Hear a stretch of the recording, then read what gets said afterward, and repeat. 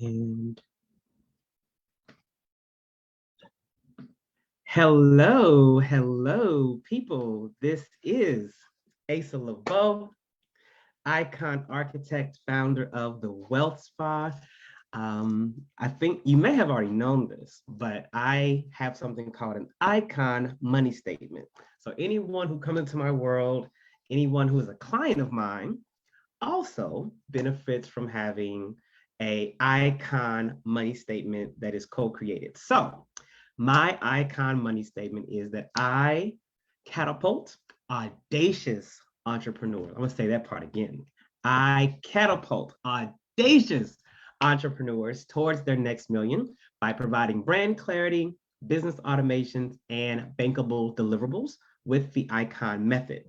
And I am here in front of you today because I have someone to introduce to you. The reason why I'm introducing this human to you is because, let's just be honest, she's dope.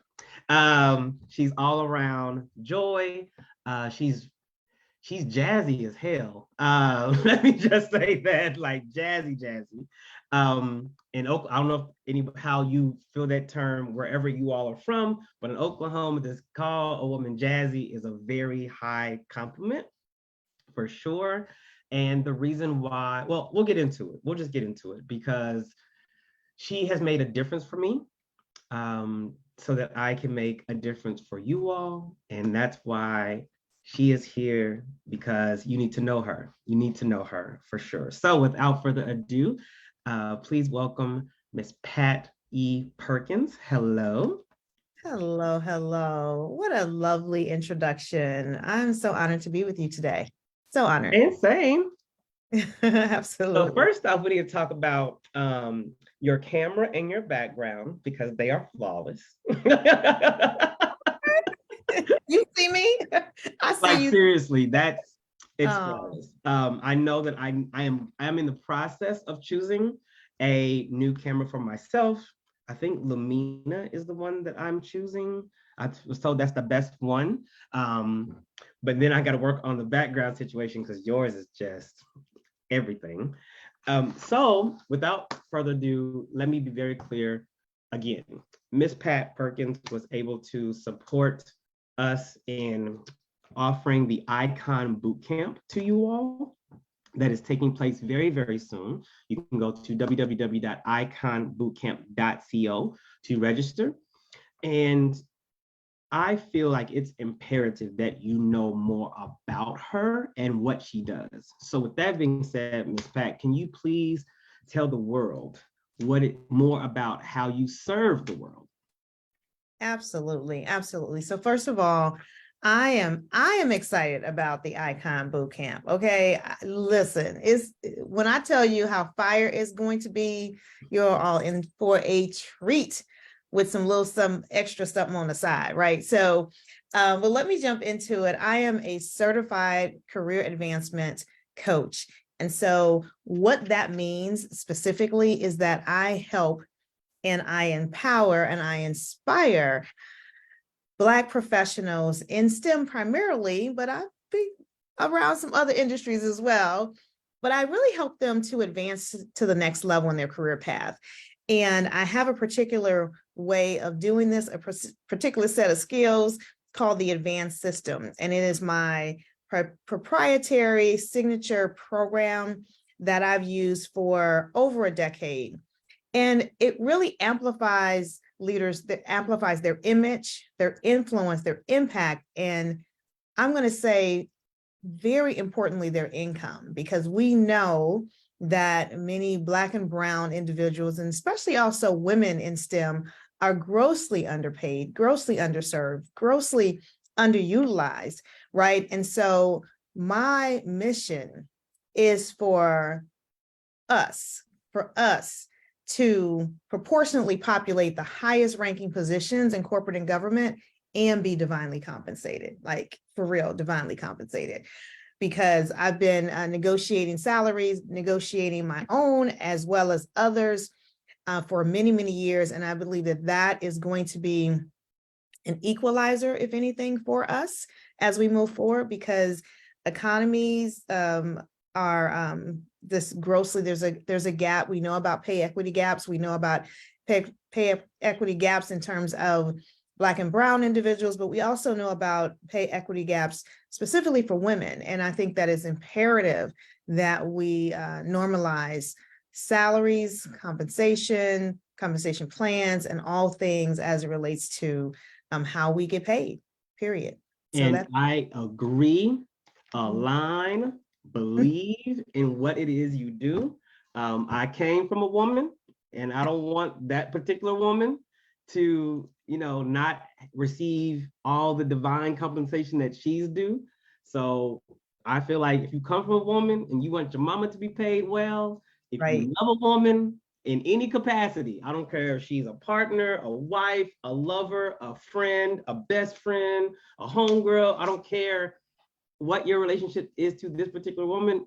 If you love a woman, you should be able to want and desire for her to be paid what she's due, not what she's worth, because no one can really pay us what we're worth. That part. But what they're due. Like, I still don't understand it being 2023 and women aren't compensated. Like, they're doing the exact same thing. Even hearing Tracy Ellis Ross on the cast of Blackish, like, she had to talk about not getting paid. Like, she's Tracy Ellis Ross. Like, she gets points just for being Diana Ross's daughter. Like, her DNA alone, right? I know, right? Like, seriously. So I would love to know what got you into that space. Did you have an experience yourself? Absolutely. So let me take you way back, right? Way back. They say black don't crack, so I ain't gonna take you too far back because I ain't gonna tell no gems around my age. But anyway, when I was in my 20s, early in my career, I had the fortune of being able to be promoted actually many times early in my 20s. And I found myself supervising individuals, and I just can, out myself. I don't know that I had enough training. I don't know if I could supervise myself out of the conference room, but I did know this. I knew my job, my role front and back. I knew the people who reported to me. I knew their role front and back. And so what I realized was I needed to grow and develop and get more grooming in that area of leadership. And then also in really leading people who you care about, human beings who matter, right? And so one day I got in early, dark 30, morning and night, and I stayed late as well. And I was cleaning up some things and making some things happen, preparing for the next day. And I lucked up on a folder, a binder with all of the deets, right? All the details, like the partners agreements, the compensation plans for everybody, the rates and responsibilities. Like, it was a HR book of magic, right? It was like the wizard had left it out. Okay. So, there's a part of me that was like, oh, don't look. But it's like finding, the diary of everything. And I just couldn't resist. Asa, I couldn't resist. So I looked through it and I was like, oh, okay, well, this is nothing. This is just some agreements and everything. And I just kept kind of going further. And I'll just be honest. I was like, you know what? Sometimes you realize this is divinely ordered. Somehow this was put in my place to see what was going on. And I found out that in some cases, I was being paid the exact same amount as individuals who I was supervising, or less. I said less. I know you had to turn your head. Listen, so I didn't get mad because my mama told me, don't get mad, get even, like, figure it out. So I said no words. I said nothing. And I went on there was no real major, like, the internet wasn't even around like it is today. So I couldn't even do a chat GPT on what's the conversation plan for. None of that. So I had to really do research. I had to go to the newspaper, find out what I should be. Listen, but I'm dating myself, but find out what's the salary for, look at job descriptions, look to see. Yes. I had to do my own research and find out what should my compensation be, right? What should my pay be? And what are some of the other things? And I started talking to people. I did all this in 2 weeks, 2 weeks. Because, you know, I realized that if you're going to put together a business case for your own compensation plan or your own salary, you need to be well informed. And that was my first research project on me, on my compensation. I presented it to our HR lead. And I know her name, I won't call it, but I know her name like I know mine. And I sat down and I put my case in, and she said, okay, let me talk to the partners. And at that time, I received a 14% increase But you in my had to compensation. fight for it though. I had to, but I had to do the work for it. And so that's My what thing is, you were already doing the work for it. I was doing, the work of the role. Right. What I teach women now, and some really, really powerful men, is I promise you, and I had an executive say this, and she said this, and then she disclaimed it on the back end, like, well, this is not happening in my organization, but it's happening in the world. That I was like, sister, you done already said it, it's too late. That most people who look like us are at least anywhere from 10 to 20 or more % underpaid than their colleagues. And that's just facts. That's just what's going on. Yeah. So it happened to me, and they tried to do this in another situation, but I realized that you get your money going in and going up. Yeah. Going in and going up. So don't go on promises saying that, oh, we're going to reevaluate your pay or your compensation plan in 6 months. Oh, no, ma'am, no, sir. No. Agreed. We're gonna do that today before I sign anything and step into this role today. So that's what I do. Yeah. So I appreciate what you do. As someone who has been in a managerial supervisor role within large defense contract organizations. So I've worked for like SAIC, Halliburton, Northrop Grumman, all of those things. And I have definitely, and sometimes at the detriment of my career in those spaces, been very open about pay. And especially because I operated for the most times in the logistics role. And if anyone knows about the military or defense contractors, logistics is primarily Black and brown people. Just based on where logistics came from in the shaping of America and who was doing the logistics, i.e. slaves. And so it was very easy. It was an easy transition once slaves were free, and then once the armed forces was completely integrated, for Black people and brown people to continue in the logistical world. And so most of my peers and most of my I don't want to say subordinates, because that just gives the connotation. I get it that they were the people that reported, my direct reports. Yeah, direct reports. Yeah, absolutely. My direct reports, I definitely talked to them. I was like, so how much are you getting paid? Because let me be very clear, like I'm also the person that does the interviews for new positions. I'm talking to HR, I'm talking to the person over finance, I'm in those meetings. So since I am, let's get you for everything you're gonna get, because let's just be clear, because we're defense contractors, they can fire us at any time. So while we are here, most times in a combat zone, let's get all the stuff. Let's get all the things. And I would, as a business owner, I don't have a problem with someone saying, Asa, it has come to my attention that you paid this for this position during the hiring process, during the interview, and you stated this amount, but I've been told that this is what you were at the last time. I'm so open with that conversation. Like, you know what? That's accurate. We were there. However, I've either learned this or we had this financial setback, and just be open and transparent about why it is. And what I'm going to do to rectify that in the future with a timeline that is Right. understood. Um, is there anything else from your experience that a business owner could do to ensure that it's not happening in their organization?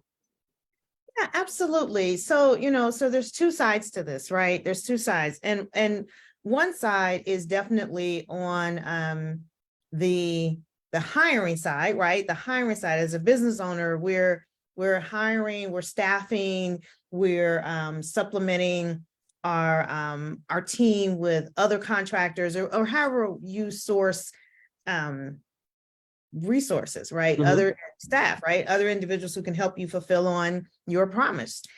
And then there's the other side of being the business owner where you're actually negotiating contracts and you're negotiating, again, not your worth because no one can pay you that, but the contribution that you are offering for your clients, whatever way service, I'm in the service business, you're in the service business, but it could be product-based individuals, it could be software, whatever it is, there is some formula, X formula that we all use to put our contracts in place.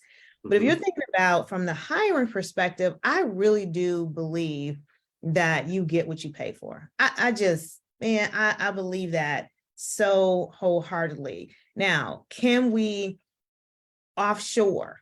That's a corporate philosophy of offshoring and acquiring talent and hiring staff at very low rates, literally $6, $10, $12 below the minimum rate that even the United States would offer.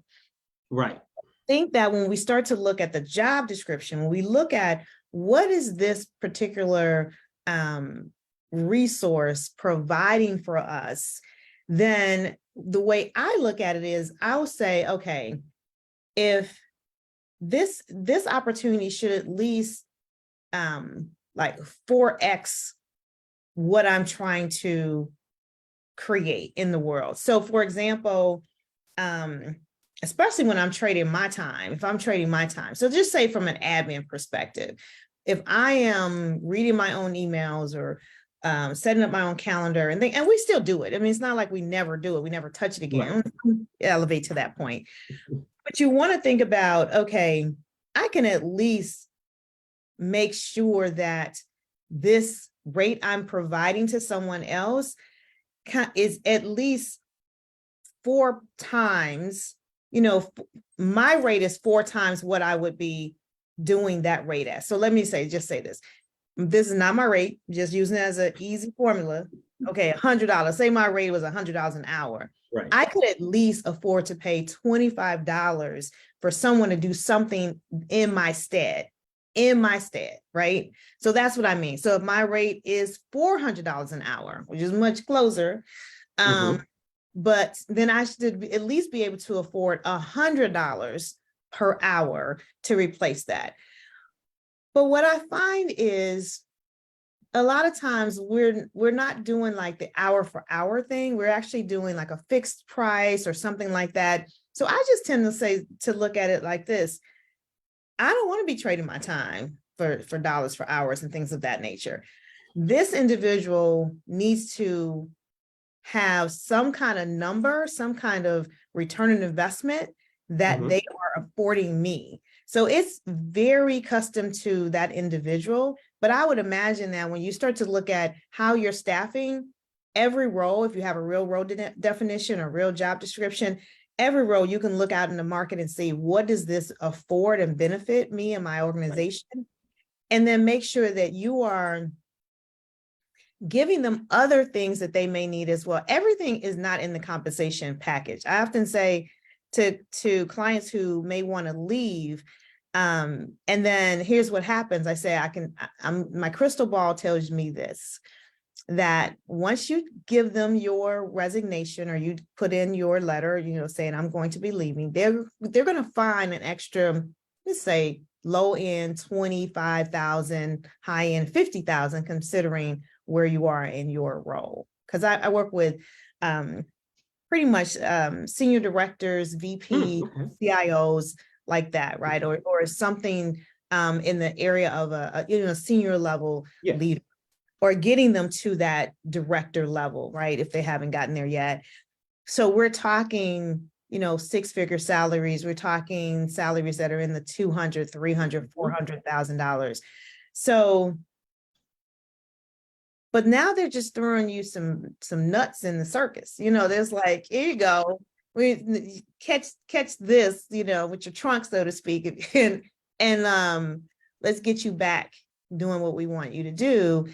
And whatever you thought about, the reasons why you wanted to leave are probably the reasons why you're going to leave in 6 months. So really be clear, if they're putting that carrot in front of you or throwing those, circus nuts at you, just be sure that that's the role you want still and the company you want to work for, because those are the things that are really going to inspire someone to be loyal, inspire someone to be all in, inspire someone to really be high performing in your organization.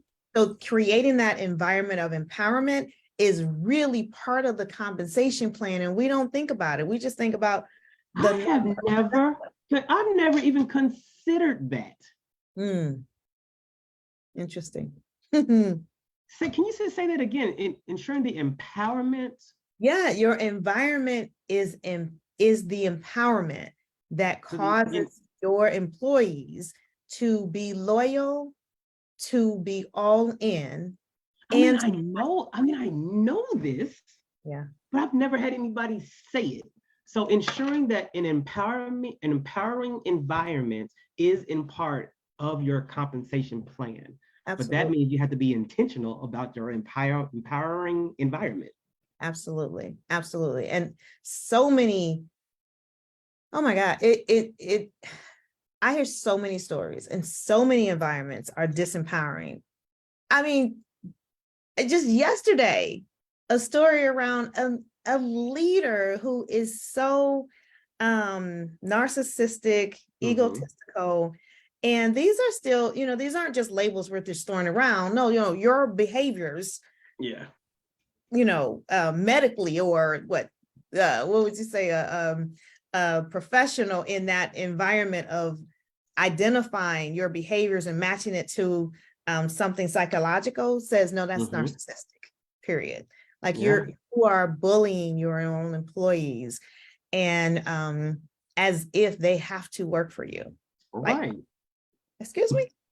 I have told more than enough organizations, like, deuces, it has been amazing or not, but I gotta go. Like I'm on to the next thing. On to the next thing. Yeah. And so that part there, people will actually stay for less pay when they know them, when they're happy, and it drives high performance. It reduces a lot of illness. So if you're paying for health insurance, all those costs go down because people are actually at work. If you are, if they're not taking as many mental health days because mental health, actually, they're happy to be at work because this is like where they get their joy, So yeah, that's a big part of it. And that's part of your retention strategy as well. Yeah. So I intend, even if it's after the fact, I intend that every person who has watched this, who is a business owner, I don't care if you started yesterday, if you're thinking about starting tomorrow, or you've been in business for 20 years, please, please, please, just give it some time. And just, number one, consider that someone else's experience of your environment may not be yours. Yeah. That's for real. And then go about finding out what it is for them and not assuming. Like, actually find out. If that means a blind study, that means a third-party individual comes in to get feedback from your employees, your contractors, your team, your talent, whatever that is, then do that, because it's so imperative. And I'm very happy that that's what you do. Yeah. Can I share one other thing around just the human dynamic of I don't even like this term. I'm going to say it because it is the term we use all the time, being a boss. So I'm just going to say, that's a term people use. I'm going to say being, a transformational leader, being an inspiring leader. being someone people want to follow, if you will, right? So so I did 20 years in corporate, working for organizations like R. Donnelley, Sara Lee, Hewitt, AI. Okay. Yeah. And then I've been doing this for over 15 years. So you just do the math, you figure that out. Got But when I went into organizations, so I'm the new leader on the block, so to speak. And you got some people are excited. Oh, I'm so excited to meet you, because the last leader was trash. And then, or they're like, who she thinks she is, who is she, right? So, because I come in with all my fire, right? I'm like, I'm here. I hear music, red carpets are rolling out, like for real. Right. So, in a good way. But what I do, and this is what I highly recommend, is sit down with each individual, each direct report individually, and just get to know them, get to understand what does their career path look like, what have they thought about, what's their subject matter of expertise, what's their zone of genius, what makes them happy, what do they like to do and enjoy to do.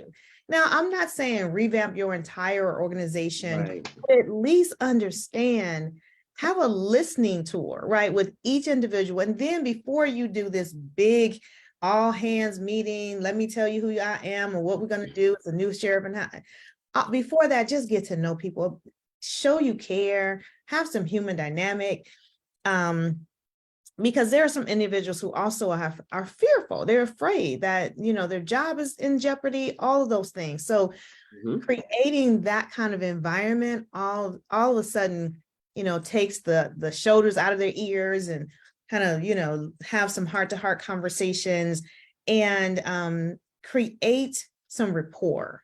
That builds a lot of loyalty right then before you start making a lot of changes. And you can do that in that first, depending on how many people directly report to you, but you can do that in that first month that you're there. So we have a 90-day program that I take my clients through when they're starting a new role. And that's one of the things that we really work on. What are the precedents that you're setting? Who are the people that you're engaging with? What are the projects that you're working on? And what are the problems that you all are working to solve together? Can I just say, I love that you have a framework. Yeah.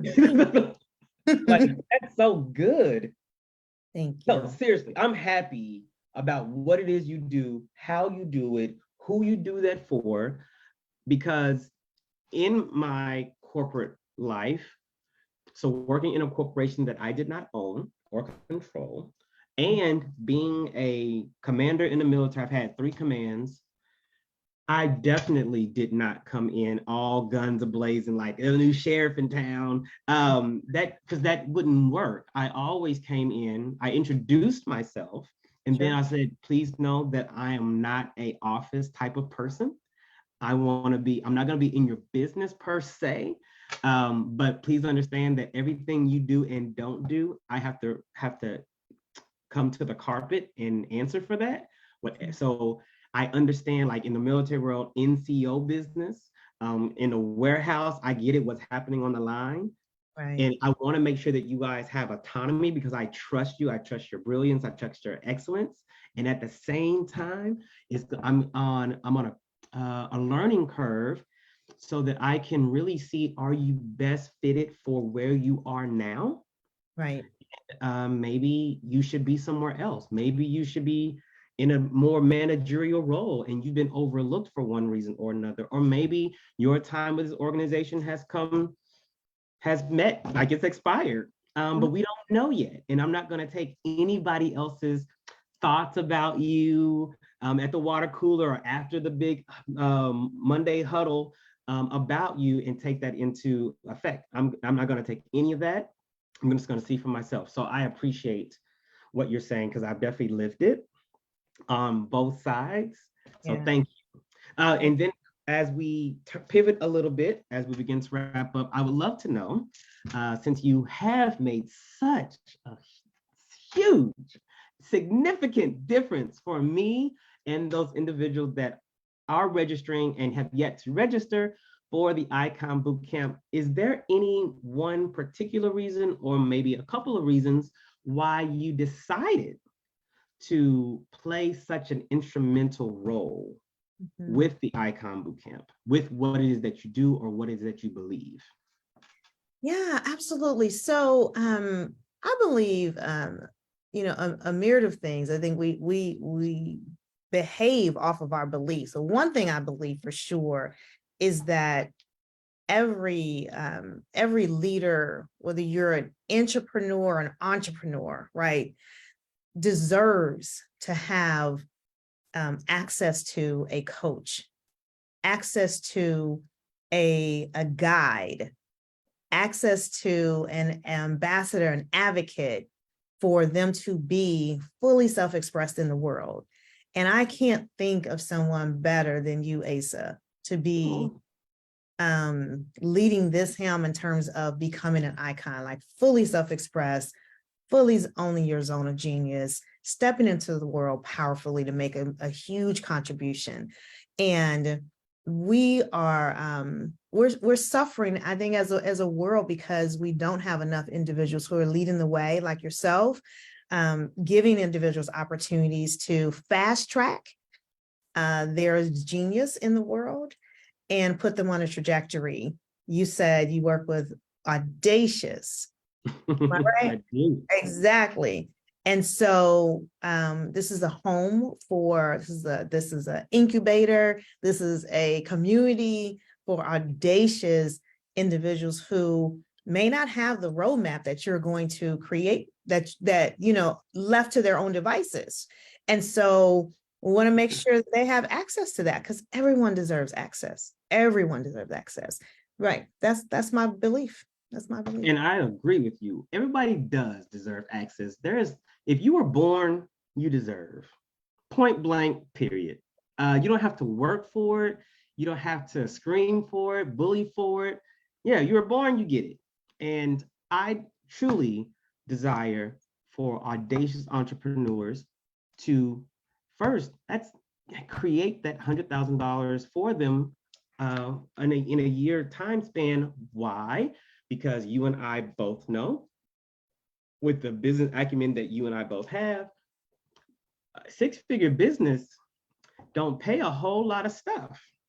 It'll get you there, but if that's it, it's just not a whole lot left, because I've said it and I'll say it again, $8,333 every single month to make you a six-figure business. Guess what? You don't get to keep $8,333 of that money, because you have expenses and taxes and savings and talent and all the things to support you in being where you are and growing to where you desire to be.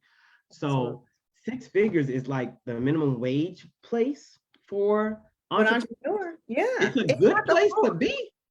It's not the floor, it's the basement. I'm sorry, did I say that loud? It's not the floor, it's the basement. So, and that's one of the reasons why I remind myself who I am every day, right? And I need reminders, because I remind myself I was making six figures when I started my business. Like when I left corporate, I was making high six figures. So I replaced that in 1 year. So that's Nice. 1 year, my friend. 1 year. 1 year.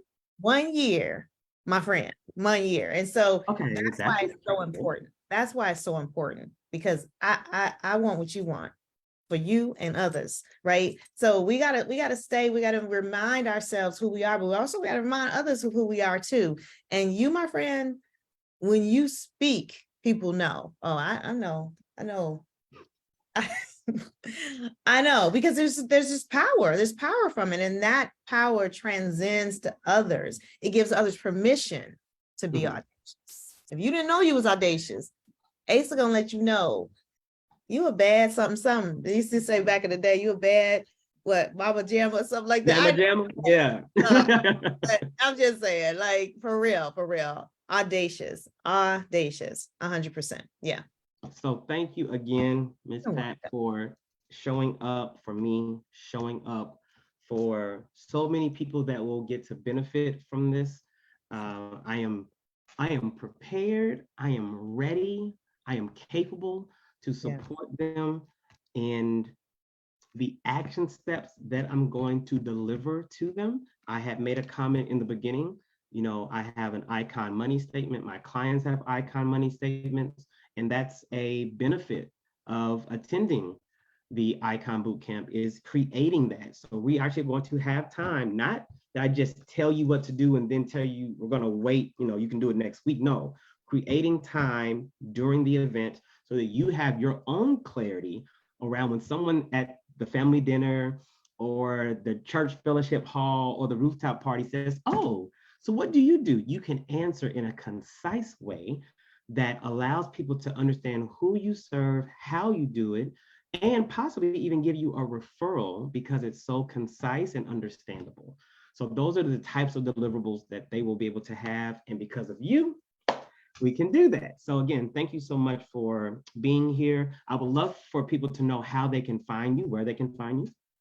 Absolutely. So best place to find me is on Instagram, actually. So it's Pat E Perkins on Instagram. I usually come up first if you search with the E, Pat E Perkins, Career Advancement Coach, and you'll find me there.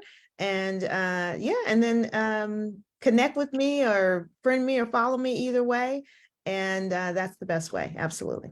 Awesome. So thank you again. For those of you who are out there, please remember, please, number one, go to Instagram, search Pat E. Perkins, put that E in it, Pat E. Perkins, and connect with Miss Pat.